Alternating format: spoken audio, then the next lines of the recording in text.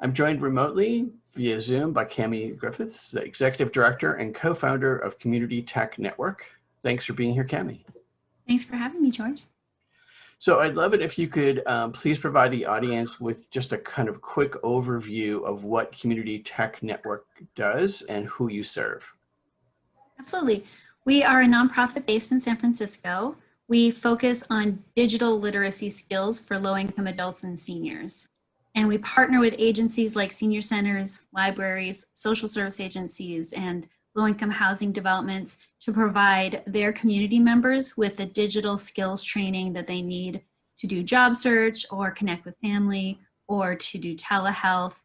So it's really been focused on digital literacy, but as we'll get into, it's gotten much more intense.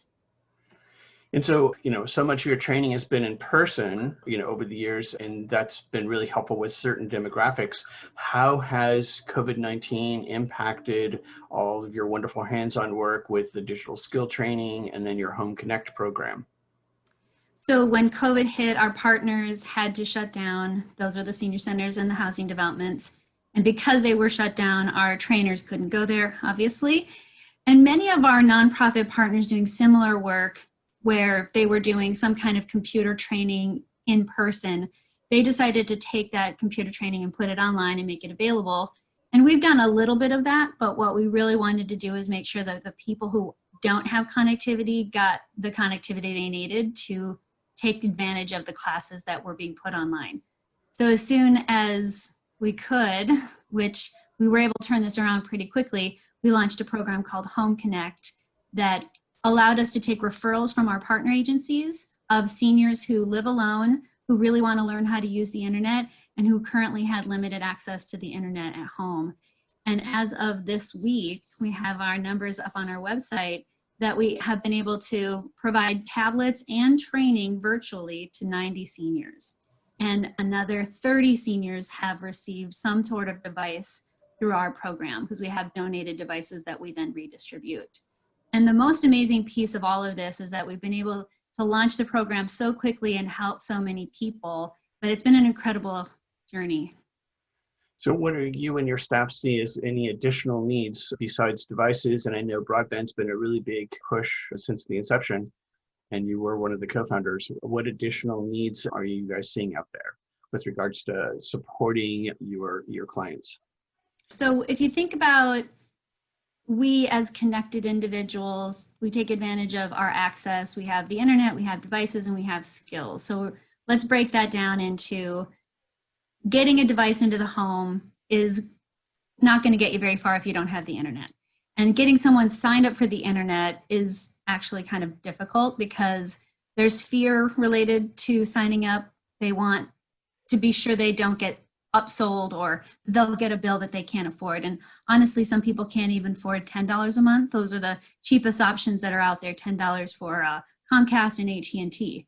So there's some fear around signing up for the internet. And then in some cases, you have to physically leave your home and go to a store and show your eligibility papers. And we don't want to tell a senior to leave their home so that they can sign up for the internet. So signing people up for the internet has been a challenge. We're working through it. It's time consuming, but it is a necessary hurdle. So obviously if there was some sort of free Wi-Fi or if a building provides internet, it makes our job that much easier because then we can just ship them a tablet and start the training virtually. And I want to dig into the training piece because what I'm learning from folks who don't know what I know is that they think we'll just ship a tablet and they'll figure it out. And that's totally not the case. That if someone is new to using a touchscreen or new to using the internet, they're not going to figure it out by themselves. They may not even know how to turn the darn thing on. And certainly they're not going to know how to tap and hold. There's a lot to know about using a smart device, not just the physical using of it, but being safe and not getting taken advantage of through scams. So I would say what we need more of is lower cost internet, ways to get free internet to people, more money for devices, more people who want to volunteer as trainers, and just more awareness that a lot of seniors are sitting alone at home, disconnected. And I think personally, we should do more to help people get connected so they're not isolated. And so over the years of operating CTN, what would you say has been the biggest impact of basically supporting and enabling, community members to become digital citizens? The thing I hear again and again is, I am now in the 21st century. And again, back to those of us who are connected, we take our connectivity for granted. And we take advantage of opportunities that are available by having smart devices and having access to the internet. Think about taking away your access to doing ride sharing or ordering food online or streaming videos. What if you didn't have access to that?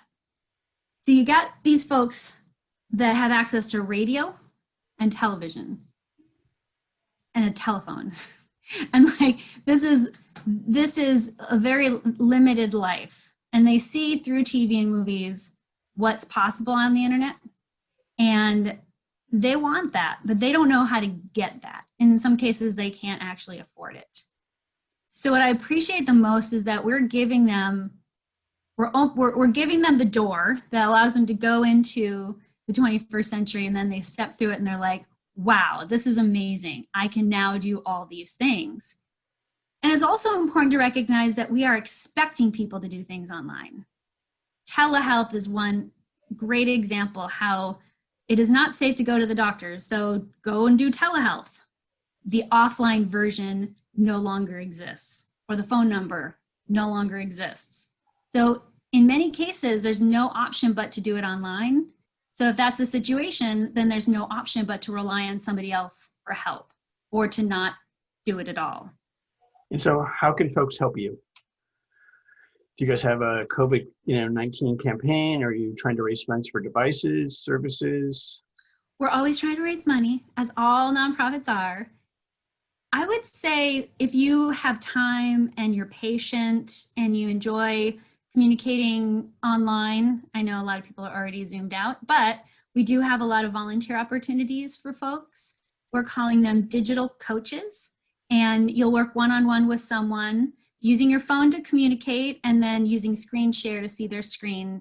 And you're essentially taking them past the first 5 weeks that we provide with our paid instructors.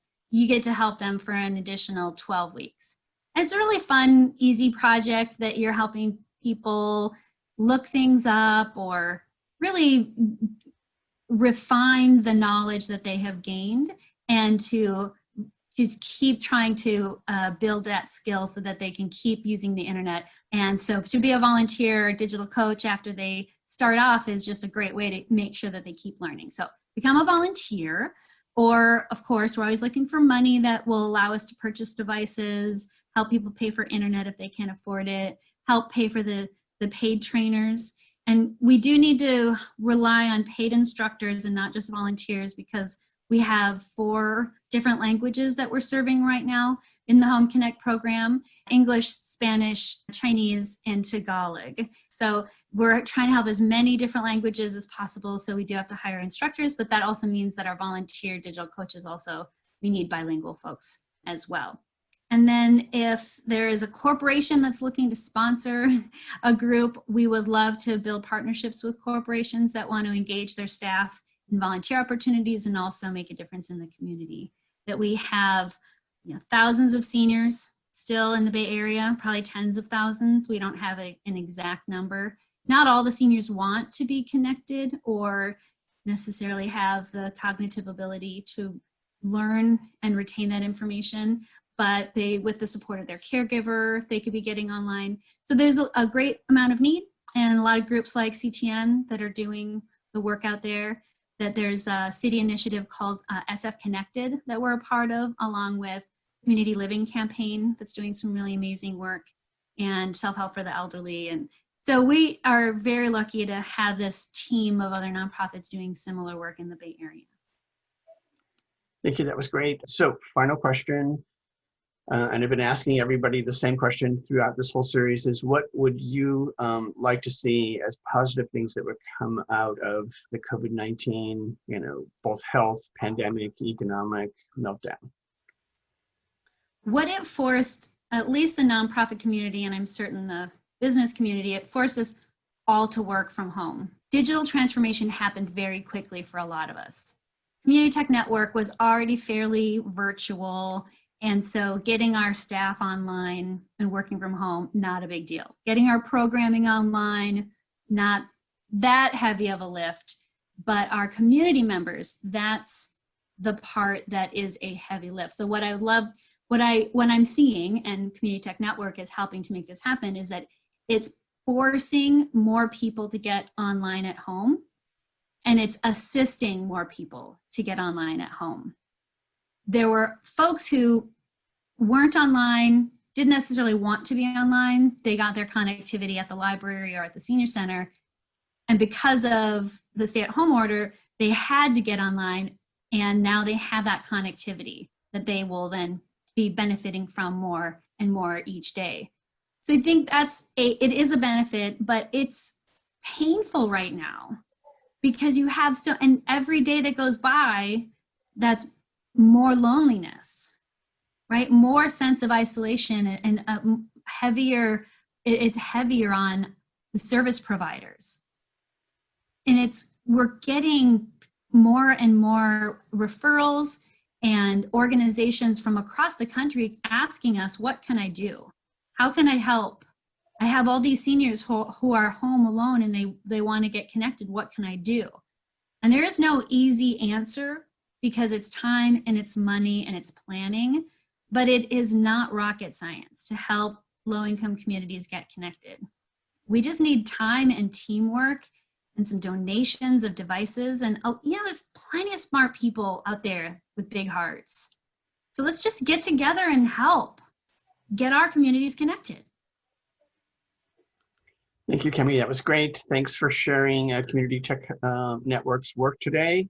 We'll make sure all the people who are watching or listening to the interview have your website, social media, so that way they can continue to follow your work and your efforts. And please stay safe out there in what is, this new crazy normal. Thank you, George.